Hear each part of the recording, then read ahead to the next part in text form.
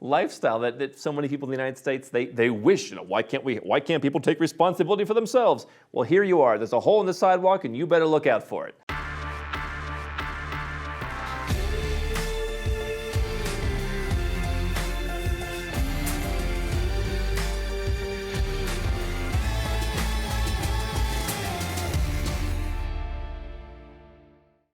James wrote, won't owning rental units in multiple countries create a complex tax filing nightmare? Well, so there's a couple different ways to approach investing overseas. And this is a question that I get asked a lot because people are concerned about, Andrew, you have so much diversification. Aren't you just diversifying how much you have to pay in taxes and stuff like that? What's intriguing to me when it comes to real estate investors is they project everything that happens in their country on every other country. So when people from the United States come and look at property somewhere else and they see like a wire hanging from the ceiling, they're immediately worried about someone going to sue them. When that's a pretty unique thing to the United States. You go to these emerging countries, wires hanging, people aren't going to sue you. In fact, it's funny, my father came to Georgia last year and they were renovating one of the public squares and they just had a few open holes. I mean, they weren't that deep, but they were a couple feet deep.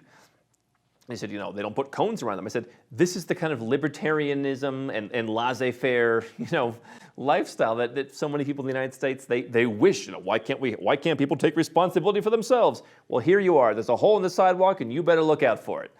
And nobody's suing if they fall into a hole in the sidewalk. You have people from other countries, they just say, oh, it's so difficult to find a rental agent. Okay, well, that's not the case everywhere. So every country has its own strengths and has its own weaknesses.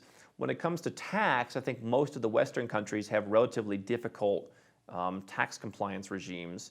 There are some countries where if you don't have local source income, you don't pay property tax. There are some countries where there's no tax on residential rental income. There's some countries where it's literally a one-page form. And you can hire a guy for $500 to file it for you with a power of attorney. You don't have to be there. He'll just handle it. Hey, here's the thing. Here's the bank details. Wire the money. So practically speaking, there's two ways to approach investing overseas that I think work. The first one is what I do, which is, from a personal perspective, collect a series of home bases that you want to live in where, you can easily establish, local bank accounts and just put, monthly maintenance fees or monthly, costs on autopilot, for utilities or building management, whatever, and you can just have that run on its own. And since you're not generating income from the properties, you don't have an income tax obligation. And so that's one strategy where you could have properties kind of spread out all over the world, and you could pretty easily put a system in place. I've created data sheets for my properties, in terms of here's where the electricity, here's the electricity account number, here's where it gets paid, it's auto charging to my credit card, or it's auto charging to this bank account, whatever. The other strategy is if you're doing investment real estate, what I would probably try and do is gain some scale. So I had a conversation with someone recently where he's focusing on 3 different real estate markets, and he's just going through and buying 3, 3, 3. And then he'll buy 3, 3, 3 when he has more cash, and then 3, 3, 3. And eventually maybe he'll find some other markets and then start to build those up. So, if you're going to do pure play investing, I wouldn't be spread all over the world. I would find a place where I could be comfortable scaling, and I would just do more.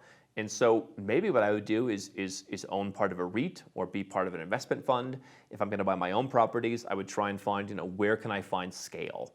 For me, scale is more difficult because I don't really like buying new buildings from developers. So I need to find a block of buildings that are similar, or I need to find good infrastructure where I can have a good lawyer, good renovation guy, good property manager in a city where they don't mind kind of darting around the city a little bit. So I think, those are definitely some things to think about, when you're looking to build up property portfolios around the world. But no, I don't think it has to be more complicated. I think it can be pretty straightforward if you create some procedures for it. Hi, I'm Andrew Henderson from Nomad Capitalist. I wrote this book, which you can find on Amazon, to distill a lot of the stuff we talk about in these videos and a lot of the stuff I've learned over the last decade plus traveling all around the world, teaching you about how to legally reduce your taxes, build your personal freedom, and create wealth faster. definitely get a copy of this book if you want to learn more. Now, if you want to watch more videos, make sure you subscribe to our channel and make sure you click the notifications bell so you never miss one of our new videos with more tips on how to go where you're treated best. And if you're already a 6 or 7-figure entrepreneur and you'd like to put these strategies in place for yourself, go to nomadcapitalist.com and learn about how I can help you.